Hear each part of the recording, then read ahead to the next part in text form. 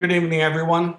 Thank you for joining us. Tonight we have committee meetings. We're going to start with the Education Committee, then Finance, and followed by Buildings and Grounds. Would everyone please rise and join us in the pledge? I pledge allegiance to the flag of the United States of America and to the republic for which it stands, one nation, under God, indivisible, with liberty and justice for all. Okay, I hope everyone had enjoyable holidays and has stayed healthy and safe. We wish everyone a happy new year. And thank you again for joining us tonight. We are again virtual, and that is how we'll stay for the foreseeable future. Hopefully it won't last too much longer, but we'll be taking it as it comes. In any case, we're going to start with the Education Committee tonight, and I will turn the floor over to Mrs. Morrison. Thank you, Mr. Geller. Happy New Year to everyone. We have two new course proposals at the high school for the 21-22 school year. The first course is STEM Research 1. It's a continuation of the implementation of our STEM program. It's going to be required in 11th grade for our current 10th grade students. And the course basically allows students to pick a real world problem and utilize STEM skills to focus on the problem and to solve the problem. It includes literature reviews, research and planning, engineering design, and data collection. Students will work in teams to garner a true sense of interactions between STEM professionals. After the completion of Research 1 in 11th grade, the students will go on to take Research 2 in 12th grade for their senior year. The second class that is Hold on, Mrs. Morrison, I'm sorry to interrupt. So this would be the same course regardless of which of the STEM pathways your student is selecting? Correct. And would they then customize the projects they're doing? Yes, they're going to pick problems that are unique to what their interests are and work through those problems. Okay, thank you very much. You're welcome. The second class that we are proposing is a 2 half-year classes, Science and Cinema for a half a year and Survival of Life on Other Planets for a half year. This course is going to be targeted towards the 10th grade self-contained population. Our students in the self-contained classes start their high school science sequence in grade 8. And we were trying to come up with a 4th year of science for the group of students. So the teachers collaborated together and determined that Science and Cinema and Survival on Other Planets would really fit in nicely with the other courses that the students are taking. Science and Cinema involves students uncovering facts about scientific events and discoveries and exploring the validity and accuracy of scientific information presented in the cinematic form. And Survival on Other Planets involves students traveling throughout the galaxy to research the living conditions on various planets and the life forms that are able to survive on them. It will also explore the species that will continue to thrive on those planets and those that will go extinct. The total cost for both classes will be approximately $5,300, and that basically encompasses curriculum writing for both of those courses. There are 2 proposed course title changes for the 21-22 school year to fit more in line with what the course offerings are. Right now, we currently have a course titled Physics Honors. The content of Physics Honors is taught to all physics students. So we are looking to align the title with the district's goal of having heterogeneous classes and enrichment for all. The next class that we are proposing to change the title of is Early Childhood Education 2. We are looking to change that to Advanced Child Study. The proposed title more closely aligns with the curriculum content. The sequence for the education classes would then be students taking Early Childhood 1, Advanced Child Study, and then Child Development. There is one proposed course removal for the 21-22 school year, and that is to remove non-Regents chemistry from our course guide. The rationale behind it is that, number one, it's not running this current school year. All of our research is indicating that students achieve in enriched curriculum courses. And right now, all of our students are on a Regents track in chemistry. So once again, we are looking to remove non-Regents chemistry from our course offerings.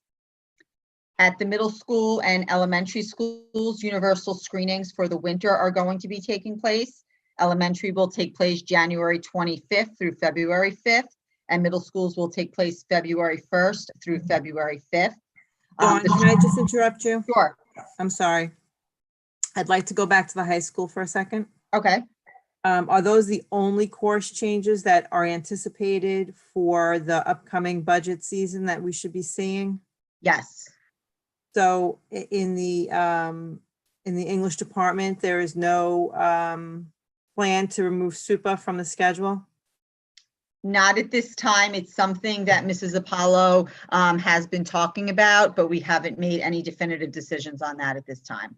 Okay, so that's really something that I'm concerned about. And if Okay. it is being talked about, we really do need to discuss it in detail and depth.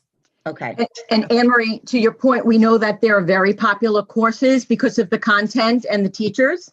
But one of the things we also know is that Syracuse is very difficult to deal with and they are expensive. So before we move and eliminate the courses completely, we want to make sure that we can integrate the actual material into our other course offerings so the kids aren't missing out on what they are so interested in right now and still have the opportunity to earn potentially college credit.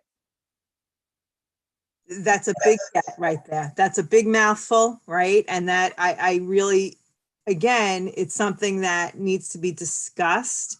I feel very strongly about the super curriculum and coursework. I've supported all of the new STEM that we've gone into in this school district, and I know how popular those classes are. Mhm. I come from the point of view of a parent of children who thrived in the English world, and those courses were very important to them. If you sat here and told me that like the non-Regents chem, it wasn't enrolling, then I might feel differently. So I really would like to discuss that in depth, maybe with Ms. Apollo. Yes. And understand what your plan is to replace that course and not eliminate it, not let IB take over the registry, right? Because that's something that it seems that every single year we have to push back against. And again, support IB 100%. I did from the beginning when we brought it into the school. But, one of those markers were that we were not going to eliminate other programs in lieu of, in order to bulk up IB. So if this is that, I'm not interested in it. So That it's not bulking up IB. IB is very well enrolled to begin with in the English department. English is really the only area left. We have maybe a course or two in social studies, which is not doing as well. But to your point, I don't know that it's so much the course as it is the actual curriculum, and we don't want to lose that. So we will not bring that. We will bring that to you when we are, we've had to have another solution. Okay, I know. But you did mention the financial piece of it. So, maybe we can talk about that a little bit more as well. I will follow up with Mrs. Apollo and put some information together and reach back out to you. Okay, thanks. You're welcome. With that in mind, could you give us just some numbers on how many people are enrolled in all of these different level courses? Sure. Maybe just kind of level set where everything's at. In regard to the IB, Super, AP, and SUPA classes? Yeah, AP, Sure. IB, Super. Absolutely. I don't know the numbers, so. One of the things we do look closely at every year is all the course enrollment. So we would have that information for you.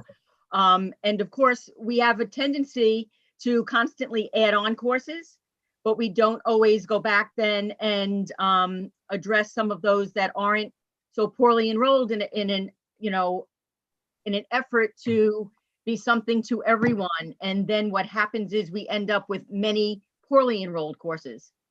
But certainly we know how popular the material is in those super courses. So we do want to make sure that we would protect that no matter what the result was, whether it was super or AP or any other English course for that matter. Once I have that information, I will make sure that everyone receives it. Great. Universal screening will take place at the elementary and middle schools. Again, as I had stated, elementary will take place between January 25th and February 5th, middle school February 1st to February 5th. The week of February 8th, all schools will take part in the MTSS RTI universal screening meetings. And at those meetings, the data from the winter universal screenings will be compared with the data from the fall screenings. And we're going to look to determine what students might be in need of additional support. Teacher input and obviously student performance in the classroom will also be taken into account when making changes to a student's academic program, should it be necessary. The Little Lions program was initially put on hold at the beginning of the school year to revisit in January to see where we were at due to the ongoing uncertainties of the pandemic and the impact that it's having, on the classroom and the high school environment. The program is postponed until further notice. Information will be posted on the district website when an update is available. It is likely that the program will not run for the current school year, but updates will be provided on the district website when available. Dawn, can I ask you, in light of having, the pre-K availability for the students and the Little Lions program, it seems to me that are we using the same children that are would be attending pre-K and then in the morning and then going over to the high school in the afternoon, or is it a separate subset of kids? Or for the most part, it's a separate subset of kids. There may be a few that would overlap. I would make the assumption now that most parents are probably settled with what they have their children doing. That's no, why I know for this year, but I'm talking about, for this year, clearly you should not be running Little Lions program. Right. For the future, right? And when Right. we eventually get our lives back, maybe some thought into changing this model in terms of maybe the high school students coming to the pre-K classrooms instead of the kids going into the high school.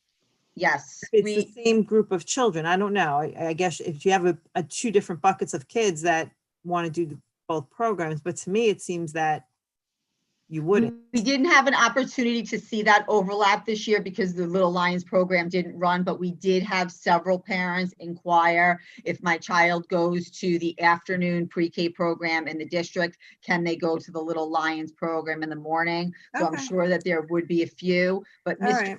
Grover, he's actually been talking with Mrs. Silvestrini and the elementary principals to even see if this year we can start getting the high school students to Zoom in to the pre-K classrooms and do read alouds and book talks and things of that. So we are looking to get them into those classrooms. I mean, at Paul J. Ballou is within distance of the high school. I don't know. Yes. Maybe there can be some time there for them. Yes. Okay. Thank you. And Dawn, I had a question on the screenings that are coming up. Do we think that's kind of going to give us some benchmark as to the kind of the COVID effect from last year? I know we talked about this a couple of minutes. Absolutely. It will definitely show us whether or not those students that evidence struggling at the beginning of the school year, whether or not that gap is closing or whether or not it continues to widen. So it will tell us whether we need to provide those students with the same amount of remediation, additional support, and we'll go from there. So we're very, very interested to see what those numbers are. Okay. I'm really keeping my fingers crossed for our first graders that those reading numbers close and improve. Pre-K registration is scheduled to take place online from February 1st to February 29th. Notification will be sent to the community in regard to the pre-K registration within the next week. It's basically online. The parents complete the forms. Once the form is submitted, the registrar reviews it. Once we are comfortable that all of the information has been submitted, appointments will be made individually for parents to come in and bring in the documentation. And again, the notification will be going out on that within the next week. And we will be staying with half-day program for next year in the budget? Yes, yes. And that's it. Thank you, Dawn. Thank you, Thank Mrs. you. Morrison. Thank I- you. For the education, just got a question. Maybe we're going to talk about this later, but with COVID quarantine, and especially this week, I've gotten a couple of inquiries from parents and some teachers about kids quarantining. Can they do remote? Is that optional now? Are they kind of dialing in? I don't know if you want to talk about it now or later, but What level are we talking about? I got elementary and middle school, and the parents, run into the high school parents who just said, "No, I'm decided to keep my kids home this week." I'm thinking, I don't say anything to them because I don't know what to So- say to them, but I don't know what our policy actually is. So at the elementary level, if students are quarantined and not able to come to school for a COVID-related issue, they receive virtual instruction. If a student is just sick for a day, or hurts their ankle and can't come to school for a day, they do not receive the virtual instruction. At the high school level, because it's hybrid and the teachers are streaming every day anyway, students that do not come to school because they don't feel good or for personal reasons, they can sit in on the class, but they are being marked absent. Does that answer your question? It does. If they're supposed to be physically present in school and they're not there, they are being marked absent. Is that our policy? Is that a state policy? What is that? That was our policy. Our We policy. tried to come up with a way to have some type of incentive for kids to want to come to school, because if Yeah. they can pick arbitrarily, I'm going to come today, I'm not going to come tomorrow. We were concerned that there may be some times where we didn't have any students in the school setting. And how does that virtual model work with the elementary school? Is the regular classroom teacher delivering that virtual instruction? Yes, the regular classroom teacher is communicating with the parents and providing the parents with a schedule of when the ELA instruction will take place, the math instruction, science and social studies. So students will be involved in all of the main lessons, and then may go off on their own for independent practice, and then So come back even the to- elementary school kid can Zoom into the classroom? Correct. But only those who have been quarantined due to COVID. Yes, I understand. If it's a long-term remote situation, then they are placed in the remote section. Yeah, otherwise they have to go to the Correct. remote teacher, right? Okay. Correct, yes. Yep. So just to clarify, it sounds like on the high school, is it optional? I mean, can they dial in and dial out when they want, or? It's not optional, but what we didn't want to do is we didn't want to not allow the students to be part of the classroom environment. So if they do elect to stay home on a day that they're supposed to be in school, they can Zoom in and be part of the lesson, but attendance wise, they're still being marked absent because they're supposed to be present in school. And they don't have the option really to elect whether to come to school or not. If they're supposed to be in school, they are expected to be in school. But to Mrs. Morrison's point, if a child is expressing interest in their coursework, we are not denying them that opportunity, but the expectation still is that they come to school and they are being marked with an unexcused absence, even if they're sitting in on the class. Okay, We have been struck before the holiday. We were trying to be a little more flexible in recognition to the fact that people were going to gather and then, not expose maybe elderly relatives or whatever. So we were trying to be flexible, but we were making it clear that on January 4th, we were back in school just like we were on September 8th. So the expectation is we are back to our regular schedule right now. So we cannot have people moving back and forth between the different attendance assignments. We also need to report every one of our 4,100 kids' attendance on each individual day of the year, where they are and from where they learned. So we really need to get back to where we were, a month ago as opposed to 2 weeks ago. Okay, so officially they should be in school. The Yeah, last, and please redirect any parents or anyone else that has any questions to our building principals or to Mrs. Morrison or myself, and we'll make sure we address it. sounds good. And the last thing that came up a few times is someone went away for the trip. They decided to go to Florida with their family. They're quarantined. They have the option, I guess, to be taught remotely now. If they are quarantined due to COVID, they Yeah, can but not receive. quarantined due to travel. Well, they would if they traveled and hopefully they got their test before they left their location. Okay. They are required to be quarantined for 3 days and then take a test on the 4th day. And if the test comes back negative, they can come back to school. But they do, in order to be counted as an excused absence, they do need to produce a note stating that they were tested for COVID, just as any other child would go to a doctor and produce a doctor's note for an excused absence. But if they don't get tested and they just want to quarantine for the 10 days after the trip, or whatever the rules are, Right. we're providing remote instruction. We have to. They still have to produce a note that they're required to quarantine. Okay. Right, so they can't just, Pete, they can't just say, well, I'm going to Florida and there's 10 days and I'll just stay home when I come 10 days and I'll just Zoom into my classes and I won't miss anything. They have to provide some kind of documentation stating that Yes. they're quarantined by Suffolk County Department of Health because they traveled out of state, right? Something like that. It has to be an official, it can't be a note written by mom that said we were in Florida.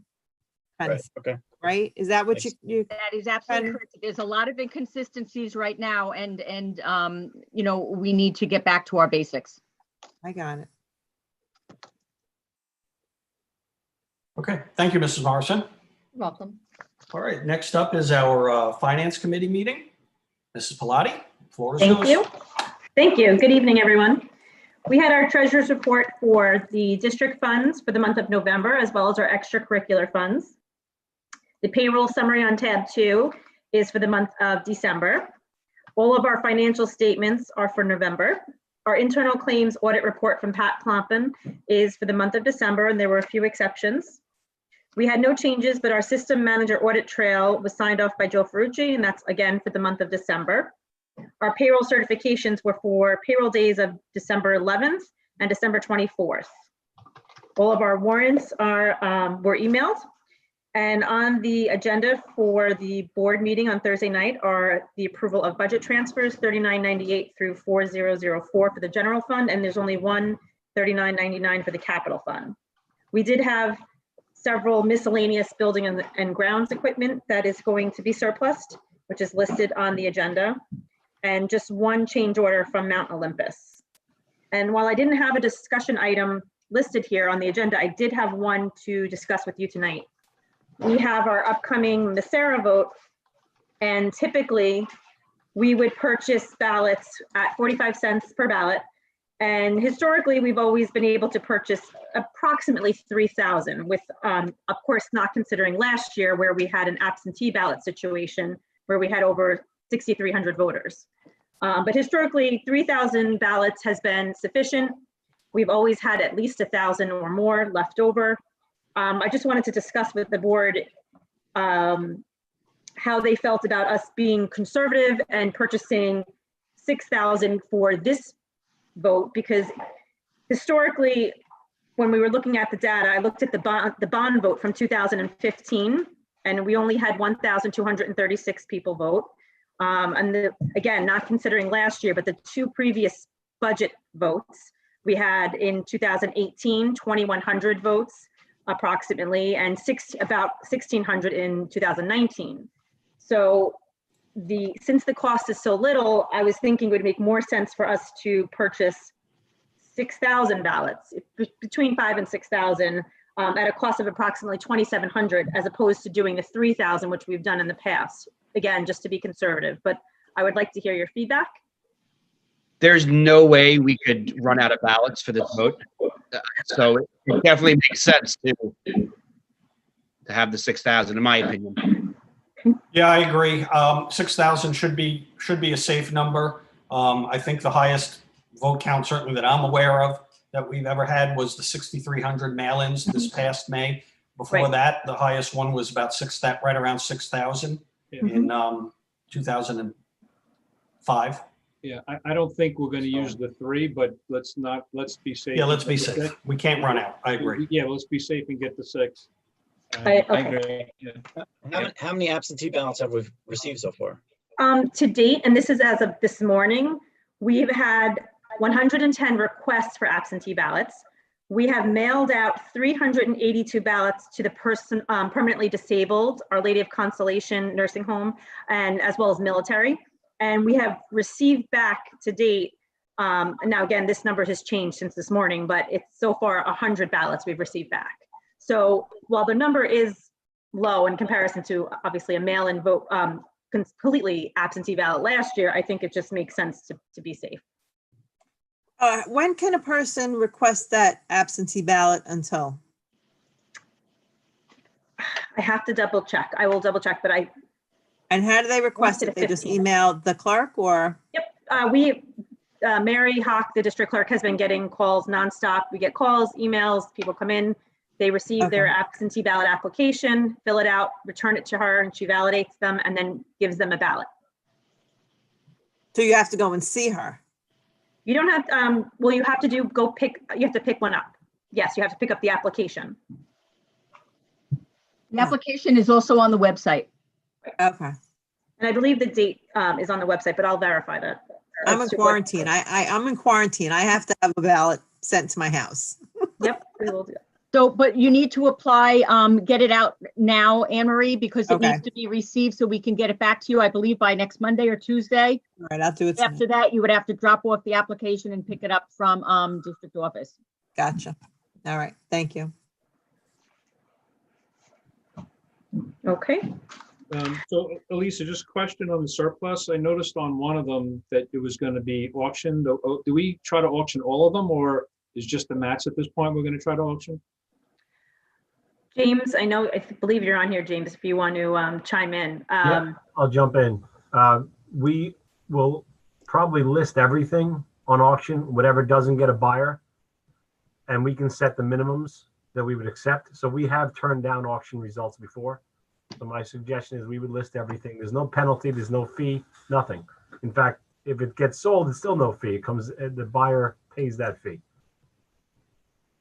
Okay, so we do try to sell everything. Okay, I do, unless it obviously has no value, then we wouldn't try. okay, thank you. And Elisa, any update on state aid cuts, all that good stuff? Or are we still? I haven't heard anything. The latest I heard was the estimate, again, the year, we don't have December's information, but the latest I heard was just CPI was around 1.22%. And that doesn't include December's information. So that was year to date, the change through November. We usually find that out another couple weeks or so. So I think the governor is waiting to see what happens with, new administration, to find out whether, we're actually going to get some kind of aid.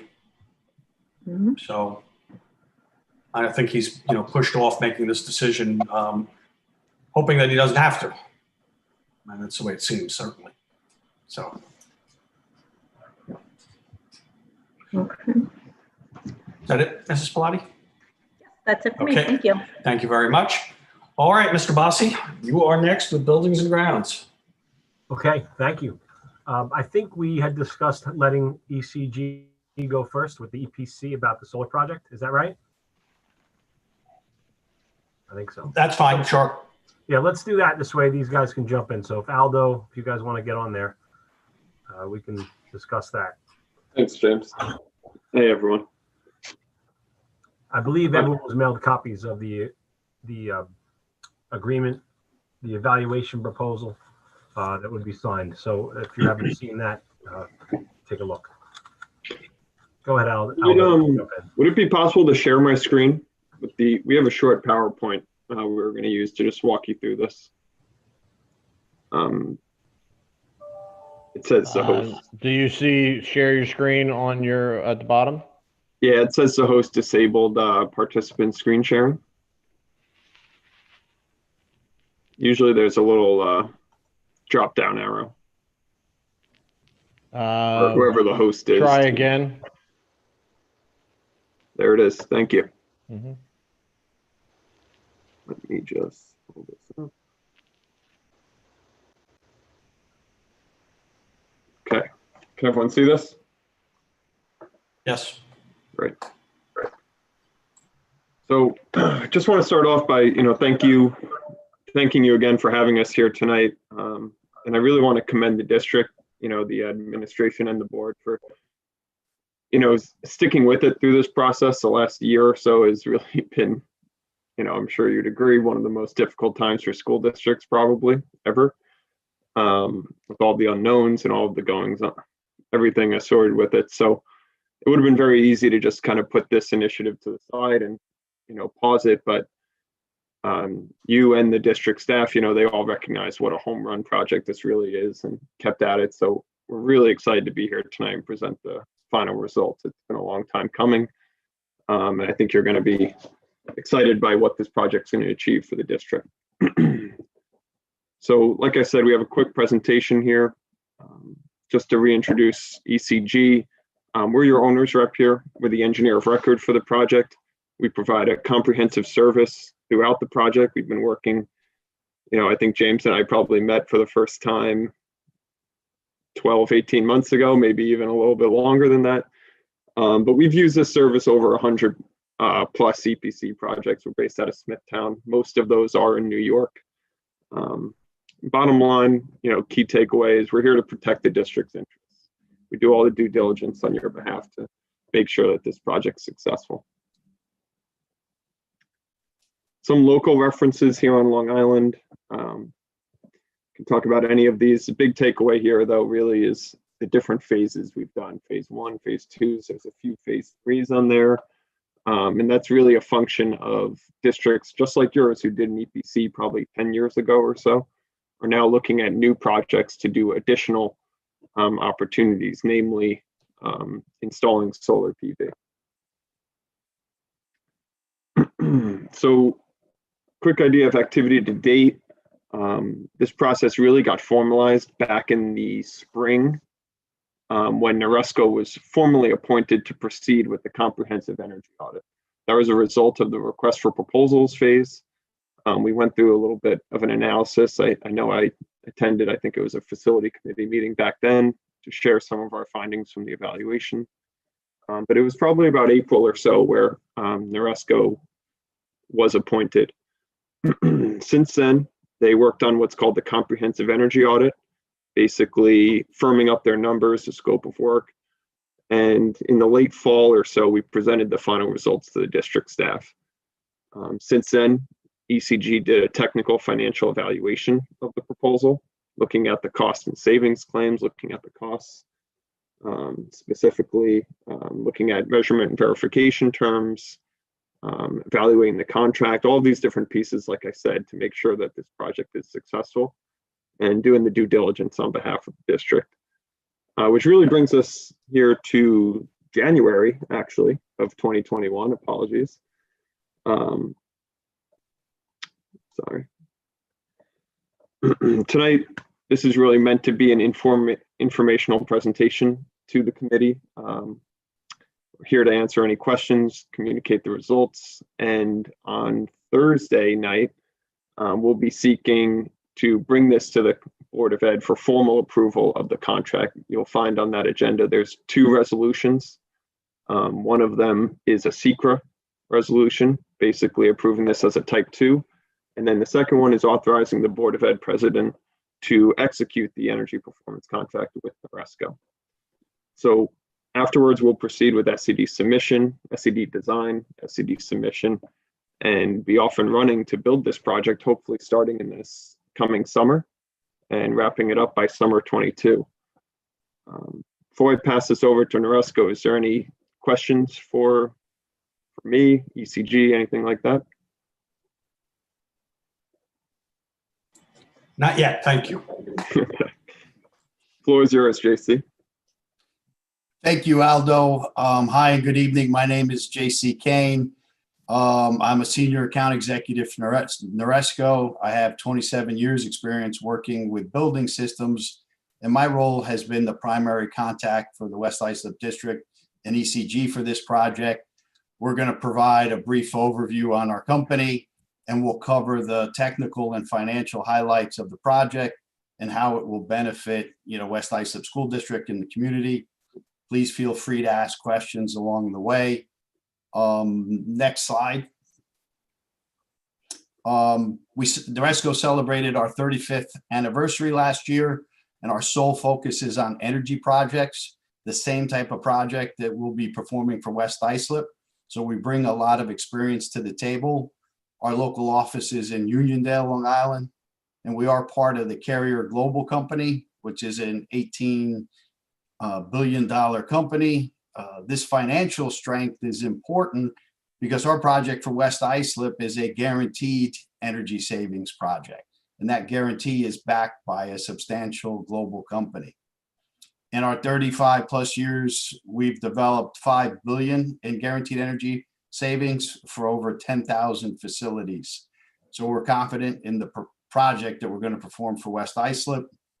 Hey, I'd like to introduce Brian Ryder from Noresco, who has been running this project as a senior engineer, and he'll cover the technical and financial highlights. Yeah, thanks, JC. And thank you, Aldo, for the introduction as well.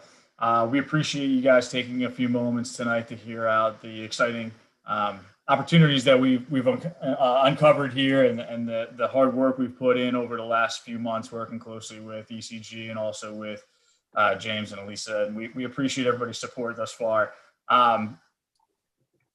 We have a really exciting project that we were able to put together. We were tasked out with the original objectives to improve overall energy efficiency of the district through installation of a single ECM, or a single measure solar photovoltaic system across the district. We've successfully been able to identify 7 schools within the district for implementation of the solar systems. All 7 of these schools, as you can see listed here, from the high schools down to the elementary schools, will all have solar PV being installed on the roof-mounted, fixed tilt, 10-degree tilt, solar PV installed at each location. We are tasked to maximize all the systems across all 7 schools and look to utilize all available adequate roof space. And I'd say we worked really closely with the full team to make sure that we really dove in and identified optimal areas. And we're able to successfully come up with over 3 megawatts of installed AC capacity on this across the 7 schools, which I think is, a substantial endeavor for the district to move forward with, something to be really proud of. Ultimately, this 3+ megawatt system across the 7 schools will offset 93% of the energy use from the grid at those 7 schools. So nearly, you can't say 100%, but nearly the full amount of energy consumed across these 7 schools will be offset by this energy. That energy being produced will save the district 67% of its annual spend at those 7 schools.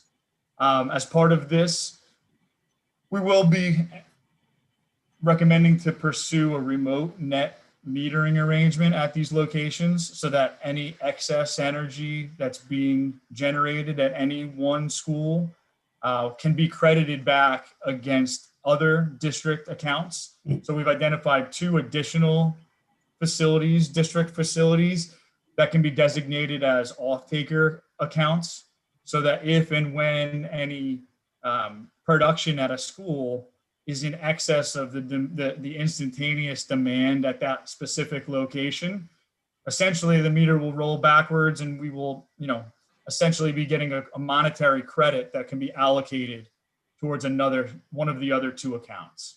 Brian, can you speak to the wide range of production in terms of percentage from different, across the different schools?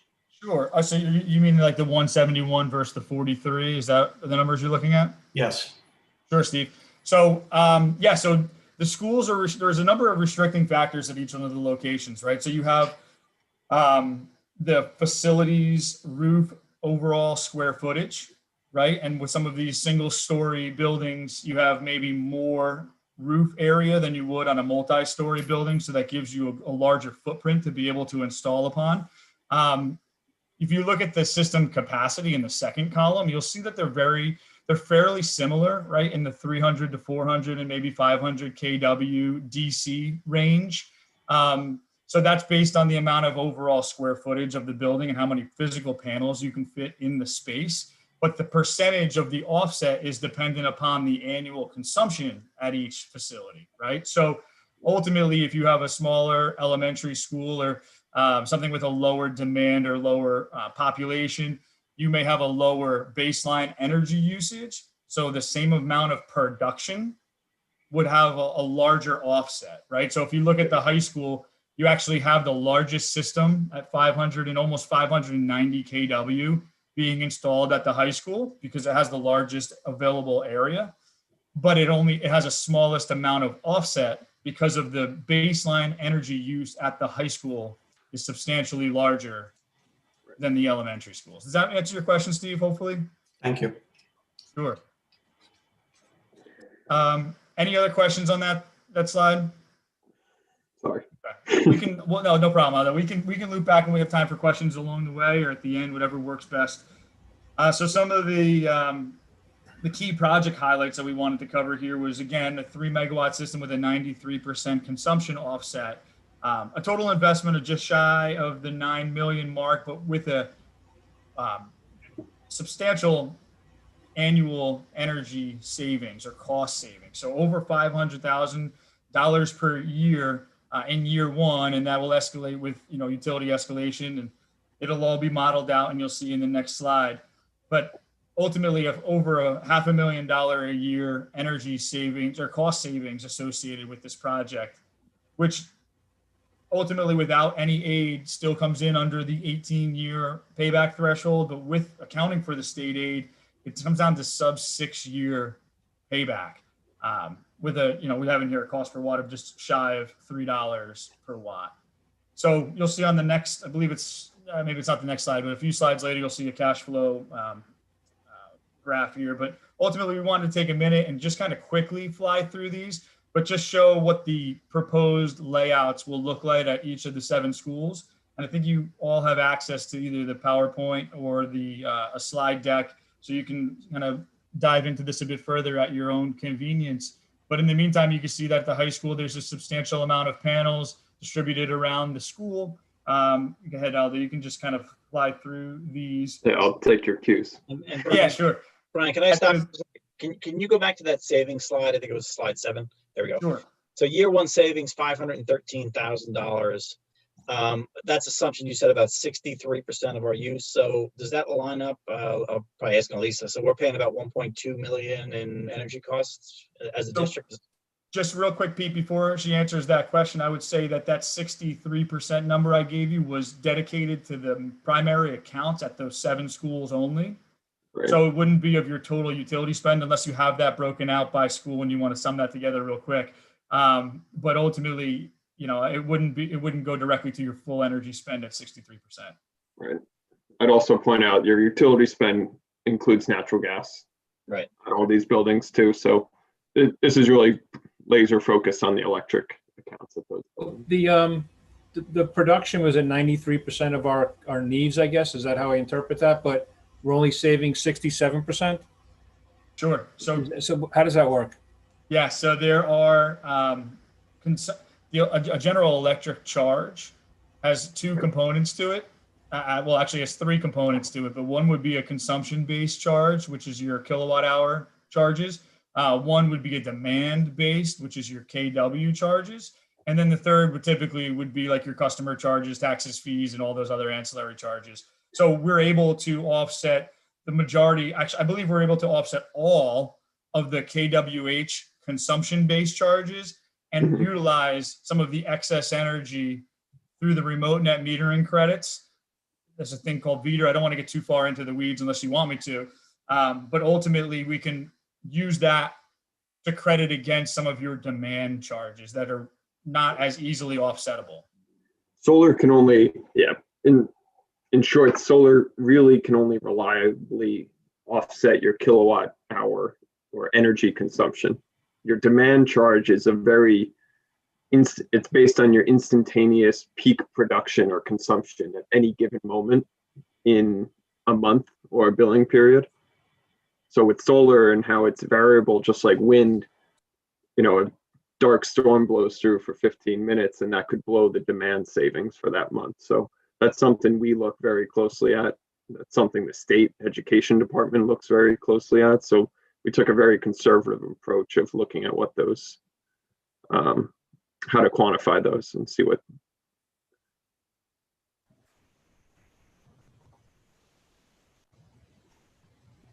As you look through the rest of the, I'm sorry. Go ahead. No. Okay, so as you look through, we took every effort that we could to maximize the installation on all of the available roof space to be able to offset as much of the energy at each location as possible. And you'll see that as represented. Areas that aren't included would be areas that have possible shading from adjacent objects or obstructions or roof tiers. So for the most part, you will see that the general footprint is fairly covered. And I think we'll go one more. Okay, so then this is the project cash flow we spoke of earlier. So, in total, you'll see about $11 million in cumulative guaranteed energy savings across the 18-year term, with the net payments of just over $5 million. So positive cash flow, over $5 million with it starting in year one with a nearly $170,000 net positive cash flow in year one. One other kind of footnote to note on this is that the energy savings doesn't necessarily stop at year 18. These systems have a much longer than 18-year production or productivity, or the systems degrade at a very small percentage. So after year 18, there will be dollar savings to the district once this term is complete. How does the guaranteed savings work? Say it doesn't miss the mark. It's payback from Noresco? Yes. Yep. So Aldo, you want me to take that one, or do you want to? Sure, you can take it. I'll weigh in. Sure. So we have a measurement and verification term where we'll do post installation measurements and validate the energy production at the system. And throughout the M&V term, we'll be out on the site taking visual observations and making sure that the system is operating as intended. But yeah, Noresco would be on the hook for meeting the production requirements as outlined in the CEA, or the Comprehensive Energy Audit. Now, is that yearly or is that over the 18 years? It's yearly. Yep. Yearly. So if we miss it, there's a credit back or payback for that year. Exactly. One thing I'd like to point out on this slide also regarding the positive cash flow in year one. Obviously right now, as you all may know, we're going through probably the period of the lowest interest rates ever, and they've really been sustained over the last 6 months or so. This year one net positive cash flow number is based on a 2.5% interest rate over 15 years. How does the maintenance work on the panels? What's that? How does the maintenance work on the panels? Panels themselves don't require maintenance. If you were somewhere in like the Southwest in Arizona or something, you would want to get up there and clean them regularly. In the Northeast, so there isn't any regular cleaning or anything like that you need to do to make sure that the panels are staying in, and as the efficient shelf as possible. and the shelf life of the panels? What is, Brian, do you happen to have that? Is it 20 or 25? I believe it's a 25-year on the panels, and I can check that. We have all the warranty information. There's a warranty. I believe it's a 10-year warranty on the inverters. I think it's a 25-year power performance on the panels with I think a 0.5% degradation per year, which is very typical for PV panels. And I believe it's JC is a 5-year installation warranty. I believe it's 2 years. 2 years. Okay. Thanks, Aldo. Yep. All right, thank you. Problem. The only comment I want to make on this net cash flow number, it's based on a 2.5% interest rate. Our most recent project up in Schenectady schools was financed at 1.9%. So if rates remain low through the spring, when we do go out for financing for this, you can expect this number to grow roughly by 20, 30 grand, depending on what the ultimate interest rate and market conditions really show. So again, a lot can happen between now and then, so we always kind of take a conservative approach here. And this is already net of any state aid, right, the 170, or is there further benefits? This is all inclusive. State aid and energy savings is what's driving this cash flow. Okay. Aldo, I wanted to jump in and mention that the graph shows it, but the blue line on the graph is our payments. Right. But people disregard the fact that the last 3 years there are a huge influx of cash flow to the district. And in years 19 through 25, that's all profit. Right. So it's the income to the district in years 19 to 25 is equal to that of 1 through 18 because you're not making any payments on it. So it's those last years that aren't represented are immensely valuable. That's my point. To be clear, we'd love to show you those numbers, but SCD's requirements is an 18-year term. Yep, I understand. Thank you. Okay. What's the life expectancy of the inverters? So they have a 10-year warranty. You most likely will need to replace them within the life of the 20, 25-year panels. That is a one-time replacement though, generally. And when they do fail, we found they're still in the warranty period. So it's a rebuild generally. But compared to the, net profits of the project, it's fairly minimal. We can look into that for you. Yeah, I'd like to get some estimate of what they cost, please. Yep. Thank you.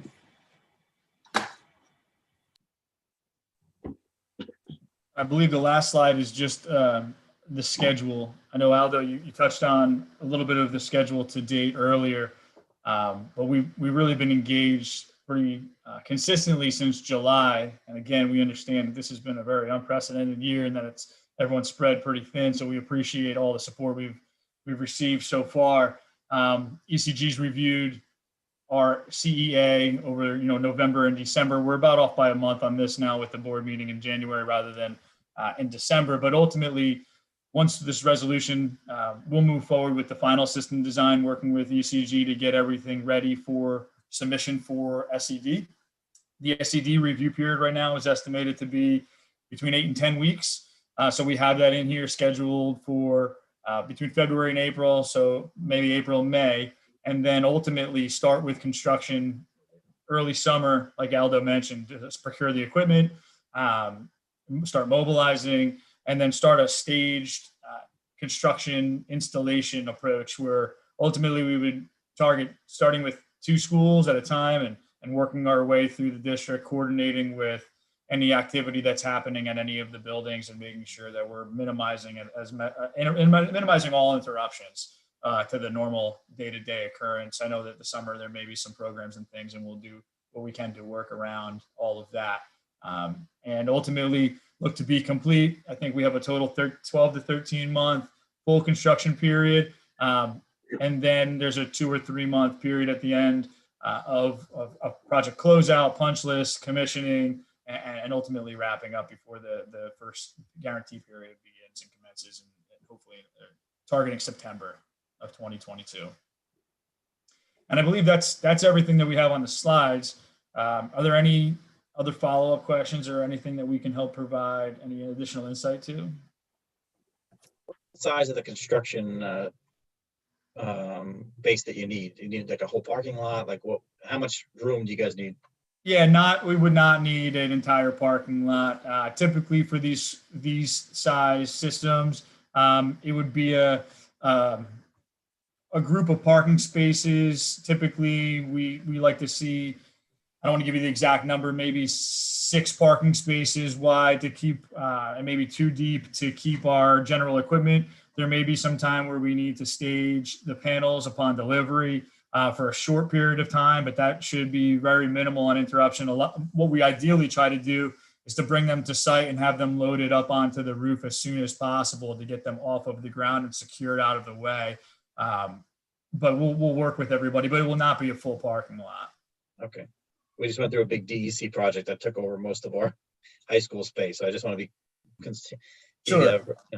knowledgeable of that. No problem. Any other questions?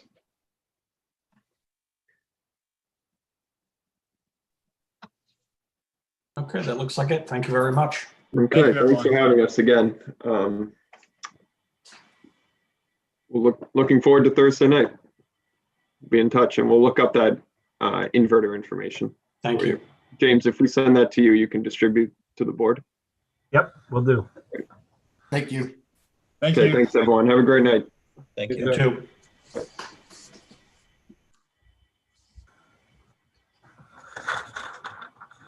Okay, so let's continue from the top of the agenda list. The first one is the bond update. The status of Phase 5 bond work. That's the work that we just are finishing from this summer and into the fall. Good thing is during this winter break, we did get some additional work done at the high school. The planetarium is moving along on schedule. The seats were just installed in the last couple days. The room's being finished up with the ceiling, some other details with the electrical work for the projector. So the planetarium's on schedule, February 1st to be occupied. There was a major installation of a doorway in the upper gym at the high school that goes outside to the ramp. That was done. We've been waiting for those doors for about 4 months now. They finally were installed, so we're thrilled with that. I went there earlier today. The detailed painting is being done and some finished work on the saddle. A bunch of rooftop units are replaced throughout the district, and this recent one was Paul J. Ballou and Nexus Okonock. That's the heating and cooling units on the roof that offer ventilation. It's also the exhaust fans. Not every single one, but all the units that were older are being done. So it's building by building. We're moving along nicely with that.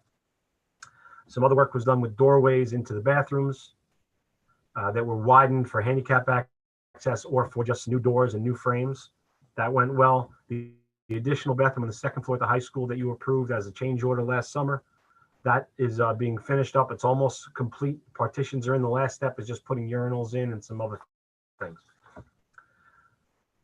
Other minor jobs were finished. They worked on things like floor joint expansions, the electric hand dryers in bathrooms, some electrical detail work. They had to finish up some things with a salt generator for the pool. There were some other door issues that had to be resolved, some punch list items on the bathrooms. But in general, work proceeded nicely on Phase 5. We're coming to the very end here, thankfully, with all the work. One of the ones you keep hearing about is the water fountains. That still hasn't happened yet because we're waiting for the delivery of all those water units. They're coming. Other than that, we moved nicely during this break, last month or two. Next topic was Phase 6. But before I jump in that, let me cover the pool liner because that's really related to Phase 5. The pool liner, as you know, was wrinkled, had some bubbles in it. We've had issues. SCC and BVS have worked closely with Renosis trying to get them to come back and fix issues, and they've been cooperative but not responsive. I mean, responsive but not cooperative, meaning they're saying they'll help us, but they're in a bind because of COVID and they're stuck and they're having all sorts of problems. I think they might be having financial problems as well with staffing and other jobs, but we've went down the course with looking at legal action with them. And I'm going to refer to Nick Amoruso and Gary Robertson and some details on that too, which I'll check with them. But we're not getting any results that are really solving it. Anyway, we're using the pool as of yesterday for the swim team. They've been swimming in the lanes, but we do have bubbles on the bottom that affect one lane in particular that might prevent us from having meets in the pool. So if that is the case, and we have bricks on it now, weighted bricks holding it down to see if it will stay as the pool is full, if the liner didn't stretch. But if that's the case, then meets would be held away and the practices would be held on site. I don't have all those answers yet. We're going to take the bricks off soon, in the next few days maybe, and see how it goes. That was that. Phase 6. Can everyone hear me okay? Am I too loud? All right. Phase 6, you had a handout you might have in front of you.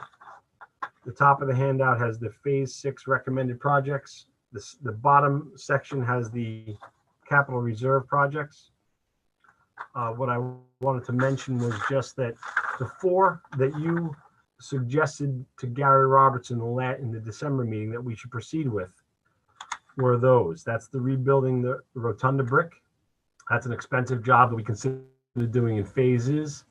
But I think the consensus seemed to be in the last month's meeting that we should probably proceed with the whole thing and get BBS to design it all. The second one was the generators. We know about that job. That's already to the state where they've already made an addendum. So that's moving along. The third one is the district office entrance vestibule. That we have to define the scope of work. We really need to figure out what we're trying to create and how elaborate this job will be, whether it's a $500,000 job or a $1 million job. We'll see. Last one is the bait the crawl space at Paul J. Ballou. And that's an expensive job, but to get all of the asbestos out and do the floor properly, it's a $700,000 job or more. Those 4 projects, I'm assuming we should proceed with BBS to do full designs on them. Is that the consensus? Should I proceed in that regard? I think so. Okay. We still have the option to do the first one in phases, but we'll have BBS proceed as though we're going to do it all, because we would end up doing it all anyway. Just might be in steps. Mr. Bossi, just to be clear, what you referred to as the district office entrance vestibule is actually a security vestibule. Yes. Thank Security you. vestibule, similar to what was done at the high school or Manitowoc or Ballou, probably more elaborate and more expensive because it might involve steps and concrete work, perhaps a little bit more with HVAC. We'll see what it requires and what fits in the area. So we're going to give BBS the green light to start designing that. One of the topics that you'll see at the bottom list that we are also proceeding with, that's the gym windows leaking. There was some discussion last month about that because that needs to be done. They're already meeting with me on Monday next week to inspect it more carefully with an engineer to figure out what the problem is. And based on what we find, that will dictate the cost and whether it's going to stay as a capital reserve project or be done perhaps bond or annual funds. But I just wanted to mention that one.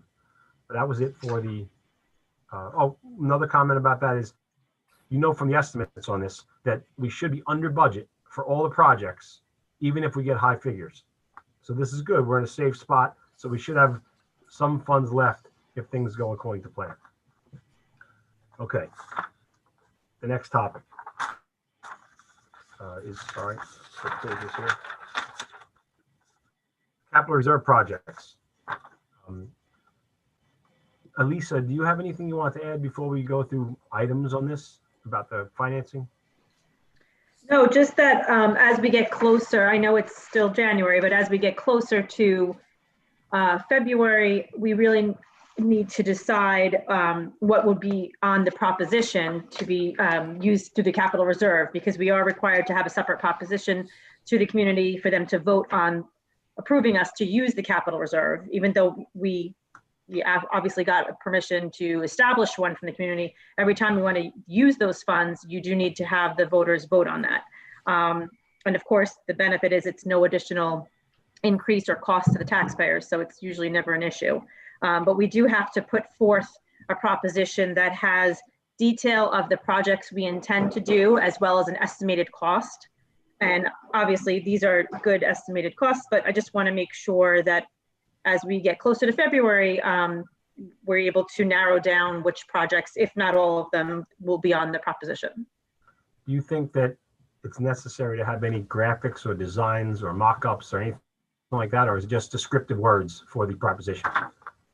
I've seen it both ways. It depends on how the board would like to proceed with that. I've been in places where the architect has assisted us with giving us better descriptives. We usually would go out with pictures to show what, if it's necessary or applicable, to show the areas we might be improving or things that might be taking place, such as like the restrooms. That's always something that, you show them the old restrooms, what the current situation is, because it's always nice to do it before and after ultimately, or the pool, but descriptive is fine as well.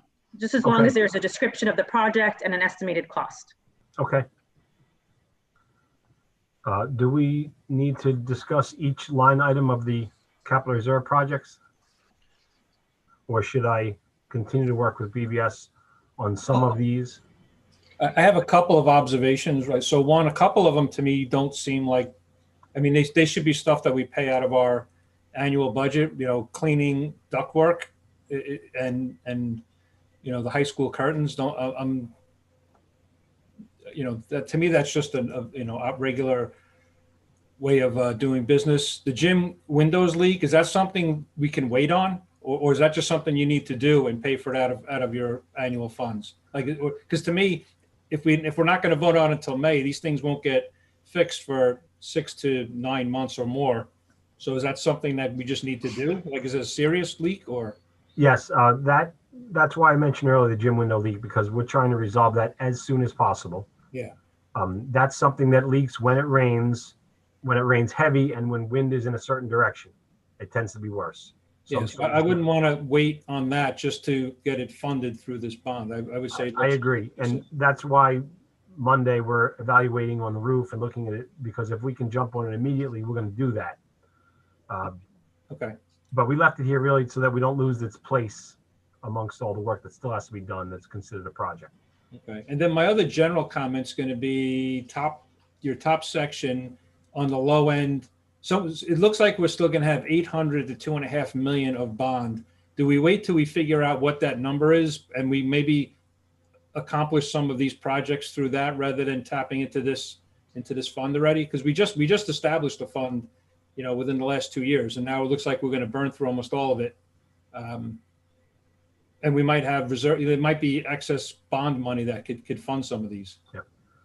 I think something that Gary Robertson shared with me as an idea is that if we are proceeding with estimates and planning for both types of work, whether it's bond or capital reserve, if we find that there's funds available and we can pick up one of those capital reserve or more than one, pick them up as bond work, and it fits within the bond referendum description, then we could do that. So we would have the luxury of moving it back into bond when the funds are available. If it's approved by the capital reserve vote, it doesn't mean it has to be done in that. I don't believe so. Lisa, correct me where I'm wrong. So we'd reserve that right. James, to kind of break it down on a timeline basis along what Ron was saying, it seems to me there's 3 timelines here. One would be things like the windows that probably can't wait at all.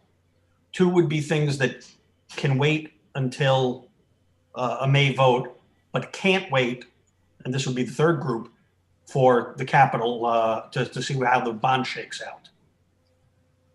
So, anything that's a safety hazard, can't wait. And of this list, I would consider the gym window leak as one of the issues that we have to resolve sooner. Okay. The rest of the items don't seem as essentially urgent. Mm-hmm. Even the pool deck railing and tile, that wasn't an injury or a tripping hazard anymore. So each of these don't seem to be immediately needed, unless there's one in particular you're noticing that we have to jump on sooner than next July or the coming July. Okay, so then Mr. Geller, how would you like to see it ordered? Because we can go back and relook at how this is broken down and perhaps do it from a time perspective. Because you're right, some things are going to take longer than others to get through to the state as well. Right. So we need to be realistic about that. Yeah, I think that would work. Ron, what do you think? I'm just looking and saying at the absolute extremes is we could use the entire reserve down to 363, but still have 2.5 million left in the bond. So I just want to make sure we're being smart about So that, maximizing the bond. and I So, just want to, in looking at that, we just also need to, make sure that any project can wait for that. right. Yep, that's fine. So I guess question on the windows, since we seem to think that that's the one that needs to be addressed first, is the funding. Well, if James, we're gonna turn you upside down and shake you out. that's okay, we should be in a pretty good position anyway with this year's budget, so that if we end up discovering that this window or that the windows can be removed and reinstalled for less than 70 even, well, then we could try to do that with this year's budget immediately. And that would be the goal, is to say, let's get it fixed now, based on how bad the leak is. And as far as I understand, the leak at Baby was a little bit worse than the one at Paul J. Ballou, and no leak is acceptable. I realize that. But we're going to look into this further and find out what the condition is. We've already taken a lot of steps in the past. We've had pointing done on all the masonry. We've had weather stripping done on the windows. We've had the window cranks replaced and repaired. We've had seals done on those windows. So we've done a lot of things over the last 3 years on those windows, and they've reduced the leaks, but not eliminated them. So we had a combination of problems. This last step might be less than the $70,000 or $100,000. So we're going to investigate it starting Monday. We'll find out what we can, and we'll resolve it as fast as we can. Well, Okay. I mean, we're halfway through our year, and I know we still have another half to go and a lot of uncertainty around state aid. But how are we tracking overall on our expenses? Is something, if we had to spend the 70, can we cover it with other, saves that we've had throughout the year? Well, COVID hasn't allowed for too many saves throughout the year, but I always tell Mrs. Pilates to go out back and pull some money off that money tree that she always seems to replenish for us. So we'll figure out where we can get the funding from. If it's such a serious issue, as we always do, we do build our budget in such a manner as to ensure that we are able to address problems such as these. Yeah, okay. Yeah, so I think the way to go is to, look at the feasibility financially, technically, of doing the windows now, and then give us a breakdown in terms of, what can wait till May and what can wait till next year. Yep, understood. Okay, thank you. The recent issue with the pool and the liner problems have begged the question, we don't know if it's going to last another 5 years or more as a liner. So that's not on this list yet because it was an unknown. So as we determine what options we have to move forward with the pool liner or a full tile replacement in the pool cavity, well, then we might have other numbers to look at here for capital reserve or bonds. Okay. What? Are you kidding me with this pool? I know it keeps coming up. James. I know. Look, the kids are swimming in it today and yesterday. It's working now. We just know we have to figure out how to extend the liner, Honestly. the liner or not. So James, I think, going back to what you said, it certainly sounds like we need to pursue whatever remedies are available to us to get that fixed by them at their cost. Exactly. I mean, this has never been right. So We're now floating the idea that they could hire someone locally to work on it. If they can't come here and solve it, well, maybe we can make them hire someone here to do it. Okay. So I'll continue working on that.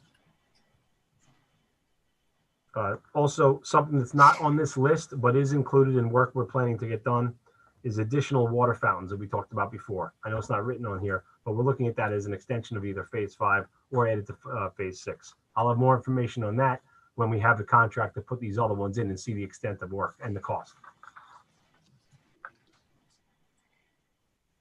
Okay, that was the end of the capital reserve projects, unless there's any other questions on that. Next is the smart schools funding. Could we go back one moment though, because there was some passionate discussion at our last meeting, James. I don't know that you were able to come in and out. I listened. Yep. Yeah. About the fence along Montauk Highway. Yes. I was expecting that BBS might be able to provide us by today with some designs and mock-ups and examples and cost ranges, but their landscape architect who does this type of work was away for the week. So he only came back yesterday, so hasn't had a chance to prepare those. But the hope is within the next week, we'll have some examples of appearance options for pickets, for metal, for aluminum, for whatever the options are. And I do want to jump in. I'm glad you mentioned it, Bernadette. I like the idea of the pickets. I wasn't in favor of getting a Bay Shore look. It was more a matter of we like the idea of the masonry piers that have some strength and stability to give a long-lasting appearance to that campus look. And between them might be white pickets or something else. So we're going to have some options for you to look at. It might be through email or it might be the next meeting, but we'll have something from BBS with estimates to move forward. Unless anyone wants to chime in now with more suggestions on what we should have there. Amory will send you a drawing. Okay. Listen, you know I'm right. No comment. She was right up on this one, James. Okay. I agreed from the start. Okay. It happens once in a while. Yeah, once in a while, I'm right. Okay. Are there any other questions on anything else?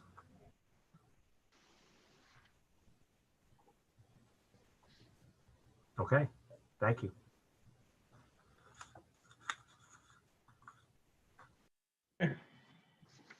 Thank you, James. Alrighty. Was there something about smart school funding we were gonna? Oh yeah, you got something, got that on the agenda. Yes, that was the one. I thought Elisa might have had some comments on that. Elisa, do you have something with that? No, you know what, Elisa, if you don't mind if I just jump in, we, as you know, we have a variety of funding sources. We do have our budget, we do have our bond funding, we have our capital reserve now, but we also have money in our smart schools funding available to us. I think it's about $1.7 million, $1.9 million, Elisa? Yeah. Remember off the top of your head? Yeah, I can look it up quickly, but it is just under 2 million, I believe. It's closer to 2, I believe. And I just want to keep that on your radar because that is another source of funding for us. We had designated that for perhaps safety film at one time. Of course, we all got distracted with what's going on with COVID. But I think that perhaps either at our next safety meeting or one of our upcoming meetings, we will need to discuss how we would like to proceed with that. We're hopeful that we'll be moving past COVID in the near future, and that funding is available to us right now. But as things are in the state, we just want to make sure we take advantage of it while it's there. So just something to put on your radar. And what kind of projects can we use for that? Is there limitations on what we can use it for? Yes. And there are other considerations as well, which perhaps we could discuss, you know, as we think about where we want to provide it. I'll remind you that we are also required to take the private schools in our catchment area into consideration when we are allocating our projects. So there's a lot to consider with smart schools funding, and maybe we could put some information together for you so you know exactly what we can and cannot use it for. Okay, thank you.